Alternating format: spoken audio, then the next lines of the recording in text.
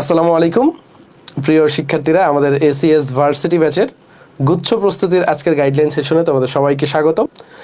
আমাদের আজকের ভার্সিটি ব্যাচে আজকে থেকে আমাদের গুচ্ছ প্রস্তুতির জন্য যে রিক্যাপ ক্লাস বা রিভিশন ক্লাস বা গাইডলাইন ক্লাস যেটাই তুমি বলো সেটা কিন্তু শুরু হয়ে গিয়েছে। অ্যান্ড তুমি সামনে আমাদের গুচ্ছ পরীক্ষা যেহেতু 27শে এপ্রিল, মাঝখানে কিন্তু লম্বা একটা সময় আছে। আমরা যদি হিসাব করি প্রায় 40 দিনের মতো সময় কিন্তু তুমি এখনও পাচ্ছ। সো এই 40 দিন কিন্তু একটা প্রস্তুতি নেওয়ার জন্য, গুচ্ছ প্রস্তুতি নেওয়ার জন্য অনেক ভালো একটা সময়। কারণ তোমরা অনেকেই আগে থেকে অল্প অল্প করে প্রিপারেশন নিয়েছিলা। হয়তো বা কেউ মেডিকেলের জন্য প্রিপারেশন নিয়েছিলা, হয়তো বা কেউ ভার্সিটির জন্য প্রিপারেশন নিয়েছিলা, বাট এখনও তোমার আশানুরূপ ভার্সিটি আসে নাই কোনো না কোনো কারণে। বাট তোমার কিন্তু সুযোগ শেষ হয়ে যায় নাই, কারণ গুচ্ছতে তোমরা জানো 12,600-এরও বেশি সিট আছে। সো বাংলাদেশের একটা বড় অংশ, পাবলিক বিশ্ববিদ্যালয়গুলোর একটা বড় অংশ তোমার জন্য অপেক্ষা করতেছে। আর 12,600 সিট মানে এই না যে এখানে 12,600 তোমার ভিতরেই তোমাকে থাকতে হবে। আমরা গতবার দেখছি 18,000-এর উপরেও, প্রায় 19,500 পজিশন থেকেও অনেকেই চান্স পেয়েছে। ইভেন কি দেখেছি 55 মার্ক 56 মার্ক পেয়েও সাস্টের মতো ভালো ভালো বিশ্ববিদ্যালয়গুলোতে অনেকে চান্স পেয়েছে। সো এখনও তোমাদের হাতে কিন্তু বিশাল একটা সুযোগ রয়েছে। আমি বলবো সবচেয়ে বড় অপরচুনিটিটাই তোমাদের জন্য অপেক্ষা করতেছে। এখন থেকে তোমরা যদি সুন্দরভাবে পড়ালেখা করো, সঠিকভাবে আমাদের লেকচার স্লাইডগুলো ফলো করো, বা আমরা এখন যে নিয়মিত ক্লাসগুলো নিচ্ছি, বা আমরা যে ক্লাসে যে অ্যাডভাইসগুলো দিচ্ছি, এখন থেকে তুমি যদি একটু সিরিয়াস হও, কারণ এতদিন এই ভার্সিটিগুলো হয় নাই মানে কি তোমার কোনো না কোনো জায়গায় গ্যাপ ছিল, এটা তোমাকে স্বীকার করতেই হবে। কারণ হচ্ছে তুমি যদি শুরু থেকে সিরিয়াসভাবে পড়ালেখা করতা, 100% পাঞ্চুয়াল থাকতা, আজকে কিন্তু এই দিন তোমার দেখা লাগতো না। সো কিছু না কিছু গ্যাপ ছিল দেখেই আজকে এই জায়গায় আসো, এটা প্রথমে স্বীকার করতে হবে। মানে নিজের দোষটা বা নিজে কি কি ভুল করছি এটা প্রথমে আমাদেরকে মেনে নিতে হবে, এবং ভুল থেকেই শিক্ষা নিয়ে কিন্তু আমরা আগে বাড়ি। কারণ হচ্ছে একটা মানুষ যখন হোঁচট খায় সে কিন্তু আরও জোরে বা আরও দ্রুত দৌড়াইতে পারে। সো এই সময়টাই কিন্তু তোমরা এসে পড়েছো। সো আমার সাথে হচ্ছে আজকে গাইডলাইন সেশনে তোমরা দেখছো আমাদের সবার প্রিয় অপর ভাইয়া, রাজীব ভাইয়া, আমাদের সবচেয়ে সিনিয়র বায়োলজি টিচার এবং সবচেয়ে এক্সপিরিয়েন্স টিচার, এবং আমাদের রয়্যাল টিচার অভিদাদা আছে। সো সব কিছু নিয়ে আমাদের ফিজিক্স, কেমিস্ট্রি, ম্যাথ, বায়োলজি 4টা সাবজেক্ট কীভাবে পড়া লাগবে, কোনটা কিভাবে শুরু করতে হবে, বা এই গুচ্ছের জন্য তুমি নিজেকে কিভাবে তৈরি করতে পারো, এই সব কিছু নিয়েই আজকে গাইডলাইন হবে। সো আমি শুরুতেই চলে যাচ্ছি অপর ভাইয়ের কাছে, দেন আমরা পর্যায়ক্রমে বাকি ডিপার্টমেন্টগুলো আসবো। আচ্ছা, তো সাকিব অলরেডি বলল যে এখনও কিন্তু সুযোগ শেষ হয়ে যায় নাই। যেহেতু প্রায় 20,000-এর মতন পজিশনে থাকলেও তোমার চান্স পাওয়ার সুযোগটা আছে জিএসটিতে, তো তোমরা অবশ্যই সেই সুযোগটা কাজে লাগাবে। এবং সময়ের কথাও যদি চিন্তা করি, আজকে হচ্ছে মের 12 তারিখ, অর্থাৎ আরও কিন্তু 1.5 মাস সময় আছে তোমার জন্য। আর 1.5 মাসে আমি মনে করি যে তোমরা যদি এই 1.5টা মাস অ্যাটলিস্ট যতটুকু সময় তোমরা সজাগ আছো, ততটুকু সময় যদি পড়াশোনার মধ্যে থাকো, ইনশাল্লাহ এই 1.5 মাসেও অনেক কিছু পরিবর্তন করে ফেলা সম্ভব। আর জিএসটি পরীক্ষায় আমি যদি স্পেশালি বলি যে তোমাদের আসলে কী কী জিনিস মাথায় রাখতে হবে এই শেষ সময়ে, প্রথমত প্রস্তুতির ক্ষেত্রে আসি। ফিজিক্স প্রস্তুতিতে তোমরা যখন প্রিপারেশন নিবা, খেয়াল করে দেখিও জিএসটি পরীক্ষার যে প্রশ্নটা হয় সেই প্রশ্নটার মধ্যে বেশিরভাগ স্টুডেন্ট পরীক্ষাটা দিয়ে আসার পরে যেটা বলে যে ভাইয়া অনেক জিনিস পারতাম বাট সেটা দিয়ে আসতে পারি নাই, সহজ অনেক জিনিস ছিল সেটা দিয়ে আসতে পারি নাই। কারণগুলো কি? কারণগুলো মোস্টলি দেখা যায় যে সে এমন একটা প্রবলেম, এটার পেছনে এত সময় ব্যয় করছে যেটা আসলে ওর টিপ ছিল না। তো আমি প্রিপারেশন নেওয়ার ক্ষেত্রে এই জিনিসটা তোমাদেরকে মাথায় রাখতে বলবো, স্পেশালি ফিজিক্সের জন্য। তোমার আগে ফিজিক্স পড়ার সময়ই প্রশ্ন পড়ে বুঝতে হবে ওই প্রবলেমটা আমি যদি অ্যাটেম্পট নিই আমার কত সময় লাগতে পারে সলভ করার ক্ষেত্রে। একটা প্রশ্ন দেখে যদি এই দক্ষতাটা তোমার মানে আইডেন্টিফাই করে ফেলতে পারো, যে এই দক্ষতাটা চলে আসে তোমার, যে এই প্রশ্নটা আমি 10 সেকেন্ডে দিতে পারবো, এই প্রশ্নটা আমি 20 সেকেন্ডে দিতে পারবো, এরকম দক্ষতাটা চলে আসলেই বলতে পারো তোমার চান্স হয়ে গেছে। কেন? কারণ পরীক্ষা হলে তখন তুমি এমন কোনো প্রশ্নের পেছনে সময় ব্যয় করবে না যেই প্রশ্নটা অর্থিক না, কারণ সব প্রশ্নের মানই কিন্তু একই, তাই না? তো একটা প্রশ্ন যদি অনেক বড়ও দেয়, একটু বেশিক্ষণ লাগে সলভ করতে, সেই প্রশ্নটার পেছনে সময় ব্যয় করা এর চেয়ে সহজ প্রশ্ন যেগুলা তুমি দিয়েই আসলে মূল সময় পুরোটা সময় শেষ হয়ে যাবে, সেগুলো দেওয়াই ওয়াইজ না, তো সেগুলোই দিবা। তো এই কারণে এখন যেই চ্যাপ্টারের প্রস্তুতি নিচ্ছ না কেন ফিজিক্সের, আমি বলবো যে প্রস্তুতি নেওয়ার সময় ওই প্রশ্নটা সলভ করার আগে নিজেকে একবার জিজ্ঞেস করবা, আচ্ছা এই প্রশ্নটা আমি সলভ করবো, এটা কি অর্থিত কিনা সলভ করা, নাকি আমি পরেরটাতে যাবো।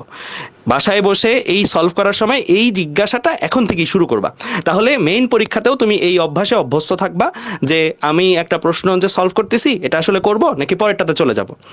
আর এই জিনিসটাই যদি মোটামুটি মাথায় রাখো, সাকিব তো বললোই অ্যারাউন্ড 50-50-এর অধিক নাম্বার যদি পাও তাহলেই কিন্তু আসলে কাজ হয়ে যায়। আর আমরা ক্লাসে তোমাদের যেভাবে পড়াইছি সেই নোটগুলো তোমরা পড়বা, শেষ সময় এসে আমাদের ভার্সিটি অ্যাডমিশনের জন্য যা যা ক্লাস লেকচার নোট ছিল সেটা তুমি পড়বা। দ্বিতীয়ত আমরা তোমাদের প্র্যাকটিস শিট দিয়েছি, সেই শিটটা তোমরা সলভ করবা।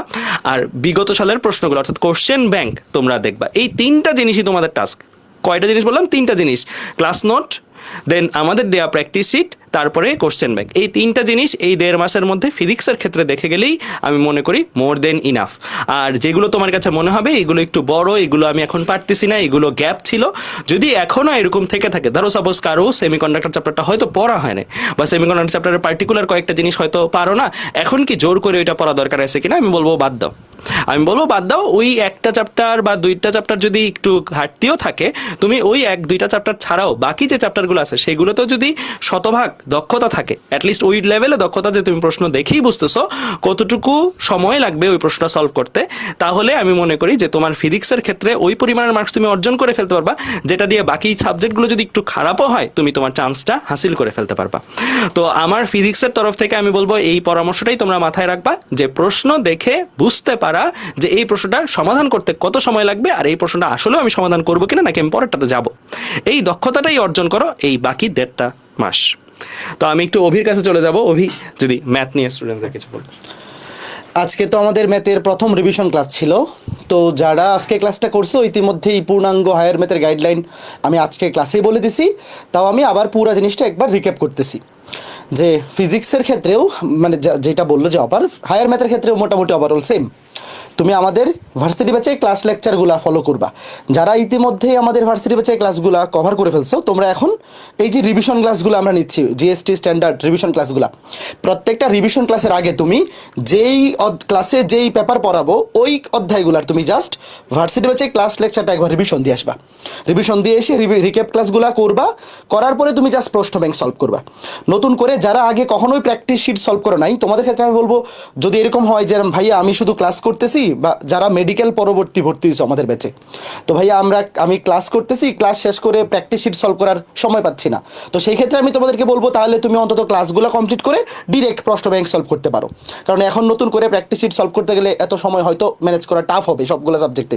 তো হায়ার ম্যাথে আমি বলবো, আমরা জানি যে হায়ার ম্যাথে আমরা ক্লাস লেকচারে যেভাবে পড়াইছি, আমি এবং রাকিব যেভাবে ক্লাস লেকচারে পড়াইছি, তুমি যদি খালি ক্লাস লেকচারগুলোই ফলো করতে পারো, একবার জাস্ট শেষ করে রিভিশন দিয়ে যেতে পারো, ক্লাস লেকচার থেকেই সবগুলো টাইপ কমন পড়বে। বাট পরীক্ষায় তুমি পারবা কিনা, পরীক্ষায় যদি কমনও পড়ে, হায়ার ম্যাথ তো আর মুখস্থ নির্ভর না যে তুমি ডিরেক্ট দাগাই দিয়ে চলে আসবা, কমন পড়লেও তো তোমাকে ওইটা সলভ করে অ্যান্সার বাইর করতে হবে। এই জন্য নিজে প্র্যাকটিসটা অবশ্যই করতে হবে। কাজেই প্রশ্ন ব্যাংক নিজে সলভ করতে হবে, এটা মাস্ট। আর যারা আমাদের একদম শুরু থেকে আসো, মানে ম্যাক্সিমাম দেখা গেছে যে ভার্সিটি ব্যাচে ক্লাসগুলো তোমরা করছো, তোমরা জাস্ট ক্লাস লেকচার রিভিশন দিবা এবং প্র্যাকটিস শিটটা, মানে যাদের আগে থেকেই প্র্যাকটিস শিটটা একবার সলভ করা আছে, তোমরা যদি ক্লাস লেকচার এবং প্র্যাকটিস শিট সলভ করো আর কিচ্ছু লাগবে না। এই দুইটা জিনিস করা মানে তুমি প্রশ্ন ব্যাংকের প্রায় 95% ম্যাথ নিজেই সলভ করতে পারবা। বাট ওই যে প্র্যাকটিস করা লাগবে, তুমি পারো, বাট পরীক্ষার হলে পারবা কিনা এটা ডিপেন্ড করবে তুমি কতটুকু প্র্যাকটিস করছো তার উপর। তো এইটাই গাইডলাইন যে ভাইয়া আমাদের ভার্সিটি ব্যাচে ক্লাস লেকচার এবং প্র্যাকটিস শিট তোমাকে যে কোনো ভর্তি পরীক্ষা ক্র্যাক করার জন্য এনাফ। তোমরা ইতিমধ্যে ঢাবি পরীক্ষা দিছো, জাহাঙ্গীরনগর, রাজশাহী, চিটাং, তো যেই পরীক্ষাগুলো দিছো তোমরা জানো যে না ভাইয়ারা যেভাবে পড়াইছে এই ক্লাসগুলো করলে এর বাইরে কিছু আসে না। এতটুকু তোমরা যারা চান্স পাওনি, হয়তো পরীক্ষার হলে ভালো মতো অ্যান্সার করে আসতে পারো নাই বা অ্যাকুরেসি খারাপ ছিল, বাট তোমরা এতটুকু জিনিস তো নিজের মধ্যে হয়তো এটা বুঝতে পারছো যে না ভাইয়ারা যেভাবে হায়ার ম্যাথ পড়াইছে, হায়ার ম্যাথের ক্লাসগুলোই মোর দেন এনাফ যে কোনো ভর্তি পরীক্ষায় তোমার চান্স পাওয়ার জন্য যতটুকু নাম্বার প্রয়োজন তার চেয়ে বেশি পাওয়ার জন্য। বাট ওই যে বললাম যে কমন পড়লেও বা ওই টাইপ থেকে আসলেও তুমি পারবা কিনা ওটা ডিপেন্ড করতে তুমি বাসায় নিজে প্র্যাকটিস করছো কিনা। তো এই জন্যে নিজে প্র্যাকটিস করে যাবা। প্র্যাকটিস করার ক্ষেত্রে প্রথমে ক্লাস লেকচারগুলো রিভিশন দিয়ে নিবা, একবার রিভিউ করে নিবা, তারপরে প্র্যাকটিস শিট, তারপরে প্রশ্ন ব্যাংক। বাট আমি আবার বলতেছি, যারা মেডিকেল পরবর্তী ভর্তি হইছো যে ভাইয়া আমি এখন ক্লাসগুলাই শেষ করতে পারতেছি না, আমার জন্য হয়তো রিভিশন প্ল্যানার অনুযায়ী আমি ক্লাস করতেছি, তো ক্লাসগুলো শেষ করে আমি প্র্যাকটিস শিট সলভ করার সময় পাচ্ছি না, তাহলে তোমার জন্য আমি বলবো ক্লাস করার পরে ডিরেক্ট প্রশ্ন ব্যাংক সলভ করো। এবং প্রশ্ন ব্যাংক সলভ করার ক্ষেত্রে যেটা করবা, ধরো একটা টাইপে মানে একটা অধ্যায়ে টাইপ আছে 15টা, তো 15টা টাইপে মনে করো যে 20টা করে প্রায় মনে করো যে 2000 প্রশ্ন আছে, তো তোমার মনে করো যে 300-400 প্রশ্ন আছে, তো তোমার তো এত প্রশ্ন সলভ করার সময় নাই। তুমি কি করবা, ধরো টাইপ আছে 15টা, প্রত্যেকটা টাইপে 3টা-4টা করে এমসিকিউ, মানে 45-50টা বা 60টা, মানে তুমি সবগুলা টাইপ কভার করবা, এটা হচ্ছে ফার্স্ট প্রায়োরিটি। এবং প্রত্যেকটা টাইপে 3টা-4টা করে। ধরো এরকম হয় না যেন যে ভাই আমি 2টা টাইপে 30টা এমসিকিউ সলভ করছি, বাকি টাইপগুলোতে দেখিই নাই, না এরকম না। তুমি 50 থেকে 60টা এমসিকিউ সলভ করো, বাট ওই 60টা এমসিকিউ এর মধ্যে সাথে সবগুলো টাইপ কভার হয়। কথা বোঝা গেল? মানে তুমি সবগুলো টাইপ কভার করবে, এটা ফার্স্ট প্রায়োরিটি। তারপরে যত বেশি প্র্যাকটিস করা যায় প্রতি টাইপে 4-5টা-6টা করে, এই হচ্ছে কথা। আরেকটা ব্যাপার, আমাদের হায়ার ম্যাথের লেকচার শিট তুমি যখন ফলো করবা, তুমি নিজেও বুঝতে পারবা যে কিছু ম্যাথ আমরা ঢাকা ইউনিভার্সিটি রিটেন স্ট্যান্ডার্ডে পড়াইছিলাম, তুমি প্রশ্ন দেখলেই বুঝবা যেটাতে কোনো অপশন নাই, ডিরেক্ট প্রশ্ন, এবং আমরা ক্লাসের মধ্যে বলেও দিছি এটা ঢাবির রিটেনের জন্য ইম্পর্টেন্ট। ওই ম্যাথগুলো এখন আপাতত স্কিপ করতে পারো, যেহেতু গুচ্ছ এবং কৃষি গুচ্ছ সামনে ভর্তি পরীক্ষা, এই দুইটাতে কোনো রিটেন প্রশ্ন হয় না। তো তোমরা জাস্ট যখন দেখবা যে লেকচার স্লাইডে জাস্ট রিটেন স্ট্যান্ডার্ড কোনো ম্যাথ, এটা তুমি জাস্ট ইগনোর করো, কারণ আমরা রিটেন স্ট্যান্ডার্ড ম্যাথ যখন করাইছি ওই কনসেপ্টের এমসিকিউ সলভ করাইছি।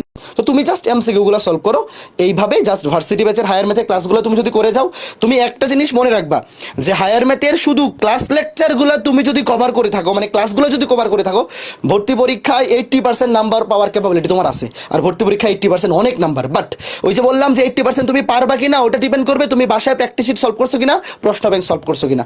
এই কাজটা নিজে করে যাবো, আমি যতই ভালো পড়াই, তুমি যদি বাসায় প্র্যাকটিস না করো পরীক্ষার হলে কিন্তু পারবা না।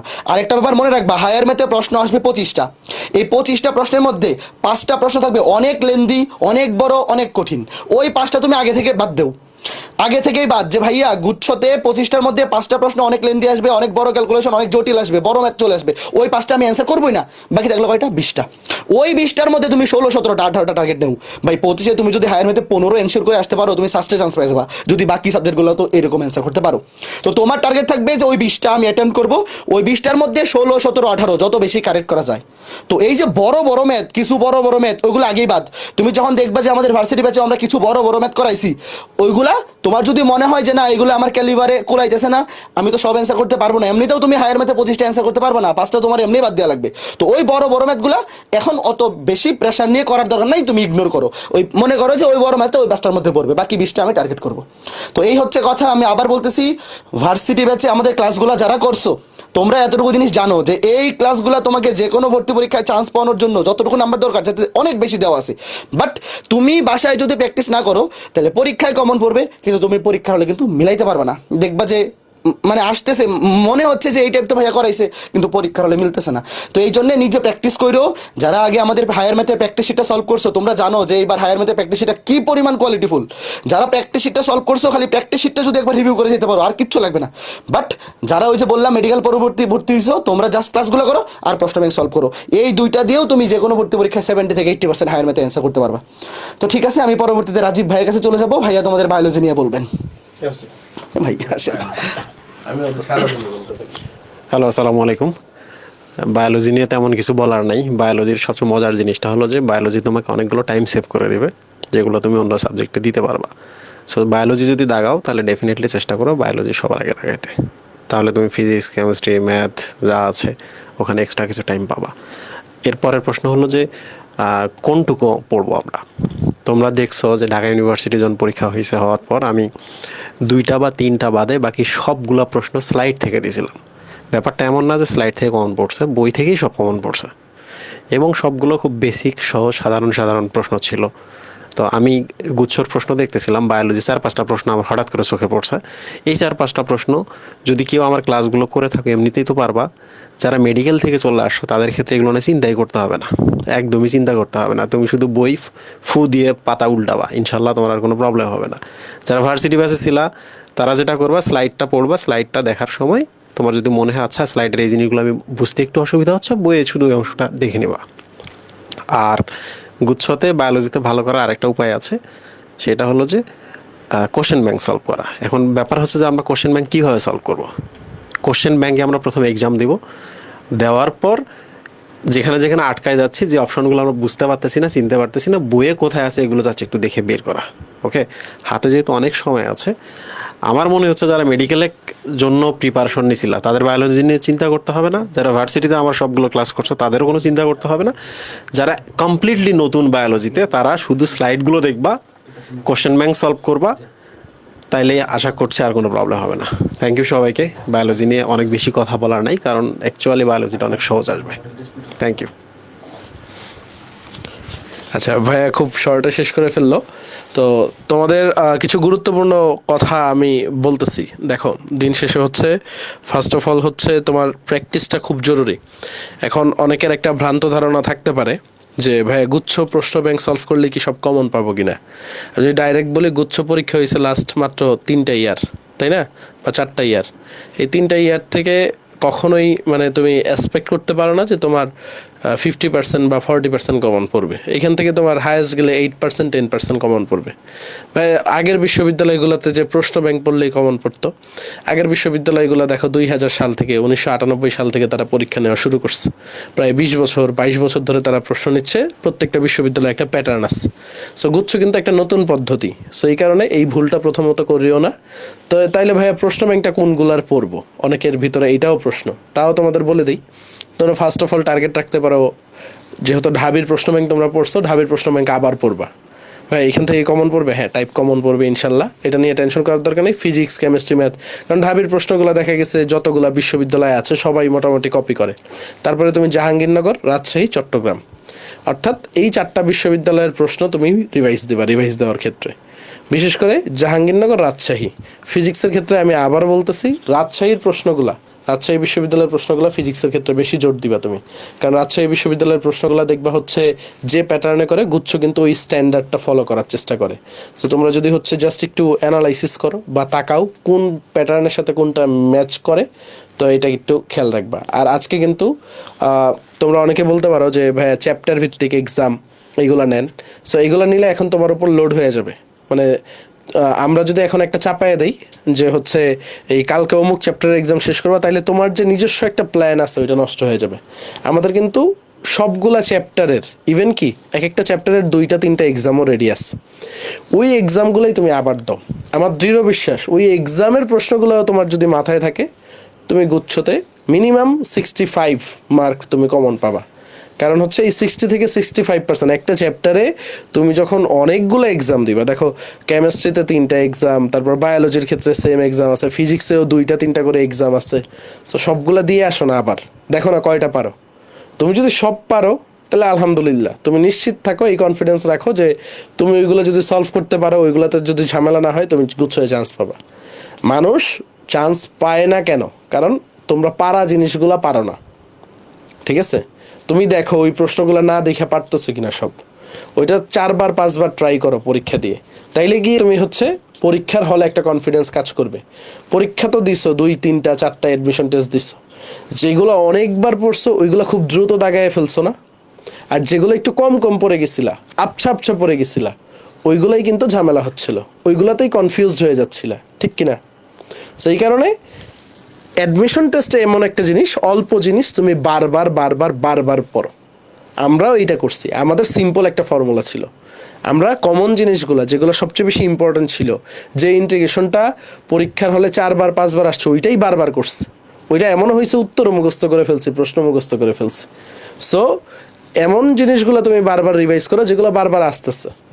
আর প্রিভিয়াস যে লাইভ ক্লাসগুলো, অনেকে বলতেছে ভাই এই যে 2.5 ঘন্টার ক্লাস বা 2 ঘন্টার ক্লাসগুলো আমি এতগুলো কিভাবে শেষ করব। এখানে শেষ করার একটা সুন্দর একটা সলিউশন দিয়ে দিই। দেখো তোমাদের হাতে কিন্তু এখন একটা সুন্দর অপশন আছে যে তুমি টাইনা দেখতে পারবা, স্কিপ করতে পারবা। তুমি প্রথমে টার্গেট নাও যে তোমার যদি বেসিকে দুর্বলতা থাকে, ঠিক আছে, তাহলে তুমি প্রত্যেকটা লাইভ ক্লাসে যে বেসিক অংশগুলো আছে ওইগুলো আগে দেখে ফেলো। তারপরে বেসিকটা দেখার পরে ওইখানে যদি 1টা 2টা প্রবলেম দেখো, আমরা কিন্তু একই টাইপের অনেকগুলো প্রবলেম প্র্যাকটিস করাই তোমাদের, যেন হচ্ছে প্রশ্ন ঘুরাই দিলে কি হয়। তো তোমার যদি বেসিকটা ঠিক হয়ে যায়, তারপর তুমি প্রশ্ন ব্যাংকটা যাও যে বুঝো কিনা, নাইলে তুমি ওই বা তুমি স্লাইডের প্রশ্নগুলাই দেখো, কারণ স্লাইডও তো এখন দেওয়া আছে, এটা নিজে নিজে পারো কিনা, তাহলে ওইটা তো তোমার লাইভ ক্লাস করার দরকার হচ্ছে না। তো স্লাইডের প্রশ্ন বেসিক তুমি অংশটুক দেখলে, তো বেসিক দেখলে দেখা গেছে তোমার একটা 2 ঘন্টার ক্লাস 45 মিনিটে নাইমে আসবে, তো খুব ইজিলি শেষ করতে পারবা। এটা কাদের জন্য সলিউশন? যারা একেবারেই ক্লাস করো নাই, আর যারা 1বার 2বার ক্লাস করছো আগে, তাদের তো নোট খাতা থাকা দরকার। তো নোট খাতা রিভাইজ দাও, ভাই আমি নোটও করি নাই, নোট না করলেও কোনো সমস্যা নেই। আমরা যে ক্লাস লেকচারগুলো দিচ্ছি বা লেকচার স্লাইডগুলো দিচ্ছি, এটাই এক একটা নোটের মতো। এগুলো যদি মোবাইলে স্ক্রিনে পড়তে পারো ভালো, বা দরকার হলে প্রিন্ট করে নিয়ে আসো, একটু ইনভেস্ট করো নিজের পিছনে, কোনো সমস্যা নেই। আর প্রশ্ন ব্যাংক হিসেবে আমাদের প্র্যাকটিস শিটগুলোই যদি দেখো তুমি, ফিজিক্স, কেমিস্ট্রি, ম্যাথ, বায়োলজির এনাফ। সো এখন যে জিনিসটা দরকার, আগে তুমি রেগুলার ছিলা না, এটা তোমাকে মানতে হবে। রেগুলারিটি মেনটেন করা। আগে তুমি পরীক্ষা দিতে না, পরীক্ষায় ফাঁকিবাজি করছো। সো বারবার পরীক্ষাগুলো দেওয়া, আগের পরীক্ষাগুলোই বারবার দাও। আর আমরা তো ফাইনাল মডেল টেস্ট, তারপর তোমার সাবজেক্ট ফাইনালের রুটিন দিয়ে দিচ্ছি, ওইটার জন্য নিজেকে তৈরি করা। আসলে পরীক্ষা দিলেই হয় না, পরীক্ষার জন্য নিজেকে তৈরি করতে হয়। ধরো এখন পরীক্ষা দিচ্ছ, ডেলি এক্সাম নিচ্ছি, তুমি 50-এ 15 করে পাচ্ছ, 20 করে পাচ্ছ, তখন কিন্তু তোমার কনফিডেন্সটা ডাউন হয়ে যাবে। এখন কিন্তু এমনিতেই তুমি মাইনাসে আসো, ডাউনে আসো, তোমার কিন্তু কনফিডেন্সটা বাড়াইতে হবে। কিভাবে বাড়াবা? রেগুলার প্র্যাকটিস করে। সো তুমি কনফিডেন্সটা বাড়াও, পেপার ফাইনালের জন্য রেডি করো। ওইখানে তোমার টার্গেট থাকবে কত? এনি হাউ 60 থেকে 65 মার্ক। মানে প্রশ্ন আমরা যত কঠিনই করি না কেন, আমরা তো একদম স্ট্যান্ডার্ড প্রশ্নই করব। তোমার টার্গেট থাকবে 100তে পরীক্ষা 60 থেকে 65। তুমি কত মেরিট পজিশনে আসো এটা দরকার নেই। তুমি যদি আমাদের এইখানে পরীক্ষাগুলোতে কন্টিনিউয়াসলি 100তে 65, 66, 67 এরকম মার্ক ক্যারি করতে পারো, দেখবা মেইন পরীক্ষায় তোমার বেশি ডেভিয়েট হবে না। তুমি যদি এখানে 65 পাও, মেইন পরীক্ষায় গিয়ে তুমি 60 পাবা। এখানে 55 পাইলে মেইন পরীক্ষায় 50 পাবা। সো এইভাবে তুমি গ্র্যাজুয়ালি গ্রো আপ করো। সো আজকে এই পর্যন্তই। অভিদাদাও আসতেছে, আরও কিছু কথা বলবে তোমাদের, সবাই আসতেছে। রাজীব ভাইয়া আসুন। শোনো, আমি তোমাদের উদ্দেশ্যে আরেকটা কথা বলবো যে এখন শোনো, তোমার প্রতিযোগিতা এখন তোমার নিজের সাথে হবে। এই যে আগামী 1.5 মাস, তুমি খালি এই জিনিসটা মনে রাখো যে গুচ্ছ ভর্তি পরীক্ষার প্রশ্ন যেরকমই হোক, তুমি যদি 100তে 60 তুলতে পারো, তুমি চান্স পাচ্ছ 100% শিওর। প্রশ্ন যত সহজই হোক, তোমার কাটমার্ক 60, মানে ভালো সাবজেক্ট পাওয়ার জন্য। গতবার কিন্তু প্রশ্ন একটু কঠিন ছিল তুলনামূলক, তো গতবার কিন্তু 50 পেয়েও সাস্টে সাবজেক্ট পাইছি। কাজেই বুঝতেই পারতেছো, যদি অ্যাভারেজ গতবারের টাইপের প্রশ্ন হয়, তাহলে তুমি 50 পেয়ে সাস্টের মতো ইউনিভার্সিটিতে, যেটা সবাই 1 নম্বরে রাখে, ওখানে তুমি চান্স পেয়ে যাবা। তো টার্গেটটা তুমি মিনিমাম 60 ফিক্স করো। তুমি চিন্তা করে দেখো, 25টা করে এমসিকিউ থাকবে, ফিজিক্স, কেমিস্ট্রি, ম্যাথ, বায়োলজি। তুমি যদি 15 করেও তুলতে পারো, তাইলেও কিন্তু 60। আর যারা মেডিকেল পরবর্তী ভার্সিটি ব্যাচে, আমাদের ভার্সিটি ব্যাচে ভর্তি হইছো, তোমাদের কিন্তু আমি বলবো যে কেমিস্ট্রি এবং বায়োলজিতে তোমাদের জন্য 20 তোলা এবং কেমিস্ট্রিতে 17-18 তোলা একেবারে ইজি। তুমি বায়োলজিতে 20 আর কেমিস্ট্রিতে 17-18 যদি তুলতে পারো, 38, তোমার তো চান্স এখানেই হয়ে গেছে। তারপর ফিজিক্স ম্যাথে যদি 10-11 করেও 22 পাও, 60। চান্স পাওয়াটা কিন্তু অনেক ইজি, তুমি যদি খালি জানা জিনিসগুলো পারো, তাইলেই চান্স। তুমি গতবারের গুচ্ছ ভর্তি পরীক্ষার প্রশ্নটা ফেসবুকে সার্চ দিলেই পাবা। দেখো, ওই পরীক্ষা তুমি যদি বাসায় বসে পরীক্ষা দাও, 60 তুমি পাবা। অথচ গতবার কিন্তু মানে তোমার প্রিপারেশন যদি মিডিয়াম লেভেলেরও হয়, তুমি 60 পাবা। অথচ গতবার 50 পেয়ে সাস্টের মতো বিশ্ববিদ্যালয়ে সাবজেক্ট চলে আসছে। কাজেই ভাইয়া, তোমার গুচ্ছে চান্স পাওয়ার জন্য সবচেয়ে বেশি ইম্পর্টেন্ট জানা জিনিসগুলা কারেক্ট করে আসা এবং টাইম ম্যানেজমেন্ট। মাত্র 60 মিনিট সময়, কিন্তু মেডিকেল পরীক্ষার মতো। দেখো, মেডিকেলে কিন্তু ম্যাথ থাকে না, সেই ক্ষেত্রেও 60 মিনিটে দাগানো টাফ হয়ে যায়। আর এখানে ম্যাথ আছে, এখানে কিন্তু টাইম ম্যানেজমেন্ট অনেক ইম্পর্টেন্ট। বায়োলজি এবং কেমিস্ট্রি তুমি 10 মিনিট, 12 মিনিট বা 25 মিনিটের মধ্যে শেষ করো, 25 থেকে 27 মিনিটের মধ্যে শেষ করো। তারপর ফিজিক্সের জন্য তুমি 15 মিনিট রাখো, 40 মিনিট। যারা ম্যাথ দাগাবা, লাস্টে 20 মিনিট রাখতেই হবে তোমাকে, নাইলে তুমি 20 মিনিট না রাখলে 16-17টা তুমি দাগাইতে পারবে না। কাজেই ওই পরীক্ষা বেশি করে মানে আগে বেশি করে প্র্যাকটিস করতে হবে। তুমি যদি নিজে বেশি করে প্র্যাকটিস না করো, তাহলে তো তোমার টাইম ম্যানেজমেন্ট জীবনেও ঠিক হবে না। তারপরে আমরা যখন গুচ্ছ স্ট্যান্ডার্ড সাবজেক্ট ফাইনাল নিব, তারপর মডেল টেস্ট নিব, পর্যাপ্ত সংখ্যক 4টা বা 5টা মনে হয় মডেল টেস্ট হবে গুচ্ছ স্ট্যান্ডার্ড। কাজেই তখন কিন্তু তুমি টাইম ম্যানেজমেন্টটা একদম নিজের সাথে নিজেই পরীক্ষা দিয়ে বুঝে বলতে পারবা যে আসলে কতক্ষণ লাগতেছে। কাজেই আমি তোমাদেরকে এই জিনিসটাই বলবো, আগামী 1.5 মাস অনেক সময়। যারা আমাদের ভার্সিটি ব্যাচে ক্লাসগুলো করছো, আমি একদম নির্দ্বিধায় তোমাদেরকে বলতে পারি, আমাদের ভার্সিটি ব্যাচের সবগুলো ক্লাস তুমি যদি করে থাকো, অথবা সবগুলো লেকচার শিটে যদি একবার দেখে থাকো, তোমার 100তে 70 পাওয়ার পড়া হয়ে গেছে। 100তে 70 পাওয়ার মতো জিনিস তোমার মাথার মধ্যে আছে। এখন 70 তুমি পাবা কিনা, এটা ডিপেন্ড করতেছে আগামী 1.5 মাসে তোমার প্রিপারেশনের উপর। যদি খালি রিভিশন দিয়ে যেতে পারো আর প্র্যাকটিস শিটগুলো এবং প্রশ্ন ব্যাংক জাস্ট সলভ করে যাও, মানে নিজে যদি খালি প্র্যাকটিসটা করো, তুমি 100তে 70 পাওয়ার মতো ক্যালিবার রাখো। এখন তুমি জাস্ট এই কাজটা করো 1.5 মাস। এবং এই যে পরীক্ষার কথা বললো সাকিব, প্রত্যেকটা অধ্যায় নিজে বাসায় পড়বা, আগে রিভিশন দিয়ে শেষ করবা, তারপরেই আমাদের ওয়েবসাইটে ঢুকবা, এক্সাম ওয়েবসাইটে ঢুকে ওই প্র্যাকটিস এক্সাম থেকে ওই অধ্যায়ের উপর যে পরীক্ষাটা নেওয়া হয়েছে এক্সামটা দিবা। প্রত্যেকটা অধ্যায়ের উপর আমরা কিন্তু অধ্যায় ভিত্তিক পরীক্ষা নিছি। ধরো তুমি ম্যাট্রিক্স নির্ণায়ক রিভিশন দিলা, রিভিশন দেওয়ার পরে ম্যাট্রিক্স নির্ণায়কের এক্সামটা দিবা, এবং 25-এ মনে করো তুমি পাইলা 20, এই যে পাস, ওই 20 পেয়ে গেলাম বের হয়ে গেলাম না, যেই পাসটা ভুল হয়েছে ওই পাসটা কোথায় ভুল হয়েছে কারেক্ট করে নিব। এই কাজটা যদি করতে পারো, প্রত্যেকটা অধ্যায়ে আমরা যে 25টা MCQ এর পরীক্ষা নিছি, সেখানে তুমি পাইলা 20, আর বাকি যে পাসটা ভুল হয়েছে এই পাসটা যাতে পরবর্তী কোনো পরীক্ষায় ভুল না হয়, বা ওই পাসটা থেকে যদি গুচ্ছবর্তী পরীক্ষায় কোনো প্রশ্ন আসে সেটা যাতে ভুল না হয়, এই কাজটা যদি খালি আগামী 1.5 মাস তুমি করো, তুমি 60 পাবা, প্রশ্ন যত কঠিন হোক। তোমার 60 পাওয়ার ক্যাপাবিলিটি আছে, 70 পাওয়ার ক্যাপাবিলিটি আছে, একটু খারাপ যেহেতু পরীক্ষা এফিসিয়েন্সি 100% মেক করা টাফ। তুমি 60 যদি ক্যারি করতে পারো, তুমি বুঝতে পারতেছো কত ভালো একটা ইউনিভার্সিটিতে কত ভালো সাবজেক্ট, যাদের টার্গেট ইঞ্জিনিয়ারিং, তুমি ইঞ্জিনিয়ারিং সাবজেক্ট পাই যাবা। যারা মেডিকেল পরবর্তীতে আসছো, তোমরা ভালো ভালো বায়োলজিক্যাল সাবজেক্ট পাই যাবা। কাজেই এই 1.5 মাস কাজে লাগাও।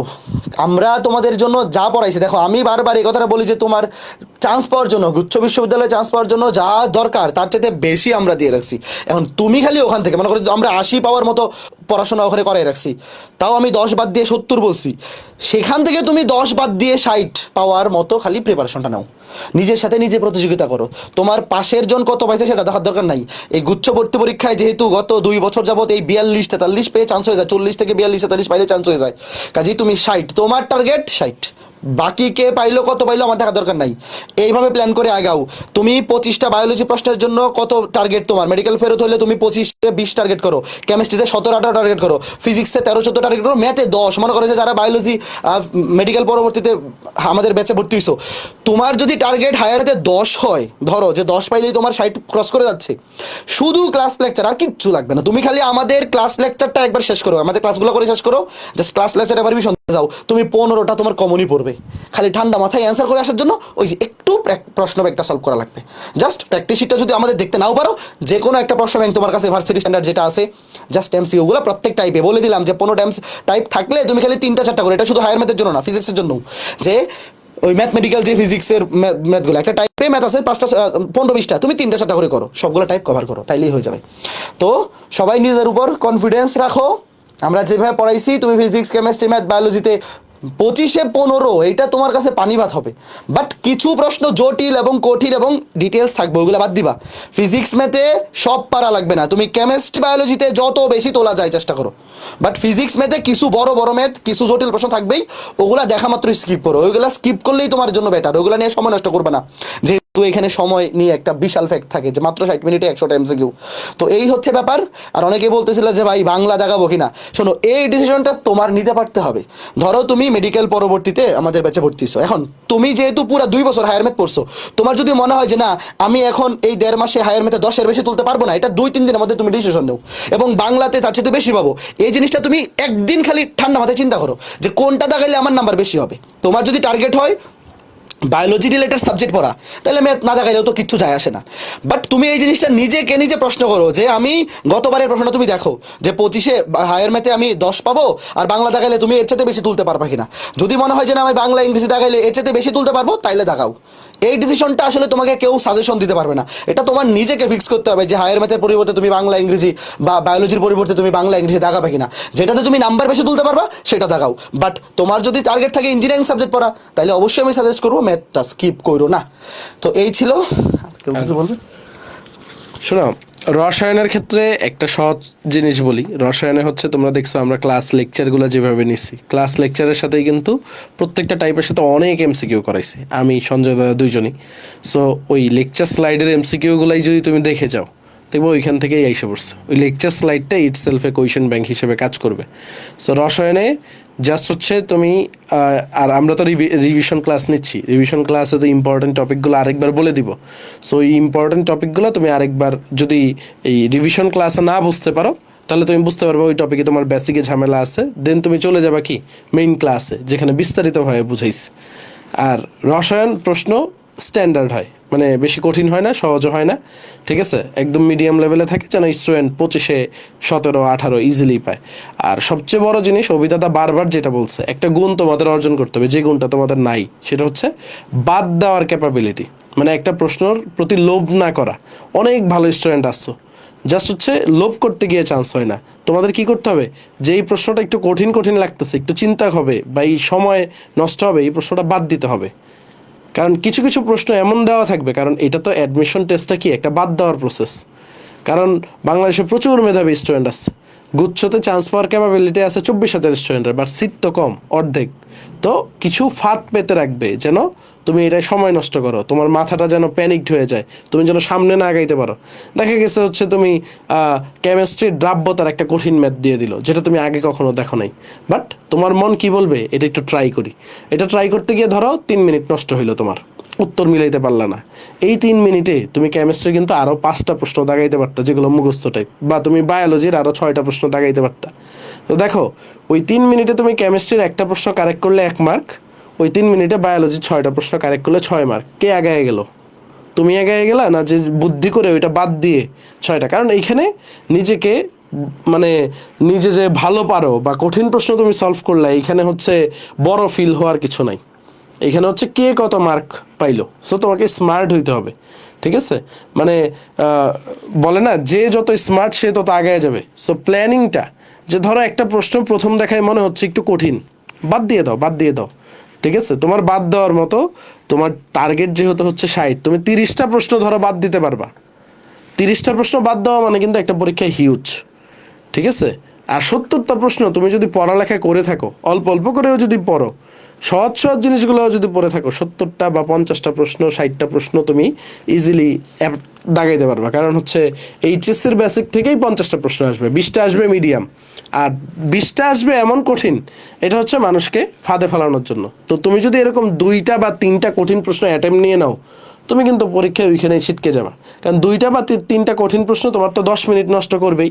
10 মিনিট নষ্ট হওয়ার ফলে দেখো কি ঝামেলা হবে। তুমি ঘড়ির দিকে যখন তাকাবা, তখন তোমার বায়োলজি কেমিস্ট্রি অ্যান্সার করার জন্য তোমার সময় কমে যাবে, বা অন্য একটা প্রশ্ন অ্যান্সার করার জন্য। তো যখন তুমি কম সময়ে একটা তাড়াহুড়া করে অ্যান্সার দিতে যাবা, দেখবা অনেক কিছুই পারা জিনিসও তোমার ভুল হয়ে গেছে। সহজ জিনিসগুলো যেটা তুমি পারো, হয়তো বা একটা ওয়ার্ড তুমি মাথাটায় ওই টাইমে ক্যাচ করে নাই। আর গুচ্ছের প্রশ্নটা দেখো কি ছোট ছোট হয়।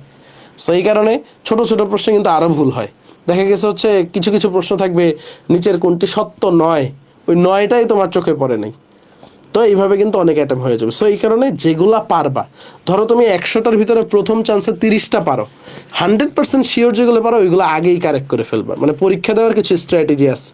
আর এই যে এখন যে নিজে নিজে প্র্যাকটিস এক্সাম দেওয়ার ব্যাপারে তোমাদেরকে বললাম, এই প্র্যাকটিস এক্সামগুলোতে মানে নিজের সাথে 100% অনেস্ট থাকবা। এখানে তোমার যে হচ্ছে 25-এর ভিতরে ধরো 20ই পাইতে হবে, এই কারণে তুমি 5টা বা 4টা আন্দাজে দাগাইলা। ধরো 4টা আন্দাজে দাগাইলা বাসায় পরীক্ষা দেওয়ার সময়, 3টা হয়ে গেল, ঠিক আছে? তো ওই 3টা যদি যেগুলো আন্দাজে দাগাইছো, এইগুলো কিন্তু তোমাকে দেখে নিতে হবে। সো আন্দাজে না দাগাও, এই মার্ক তো তুমি কাউরে দেখাচ্ছ না, বা এই লিডার বোর্ড তো তুমি কাউরে দেখাচ্ছ না, বা আমিও খুঁজতে যাচ্ছি না এই অমুক ছেলেটা 25-এ কত পাইছে। ধরো তুমি 25-এ 12 পাইলা, 13 পাইলা, ঠিক আছে? সো ওই যে 12-13 পাওয়া তোমার জন্য আমি মনে করি প্লাস পয়েন্ট। কারণ কি, 25টার ভিতরে 12টা পারো, 13টা পারো না, এই 13টার জন্য আলাদা একটা নোট খাতা বানাবা, প্রশ্ন লিখবা, ওইখানে উত্তরটা লিখে দিবা। তো পরীক্ষার আগের রাতে যখন রিভাইজ দিবা, ওই না পারাগুলো তুমি বারবার রিভাইজ দিয়ে যাবা। তো পারাগুলো তো তোমার মাথায় থাকবেই, আর না পারাগুলো রিভাইজ দিয়ে গেলে খুবই খুবই ভালো হবে, ঠিক আছে?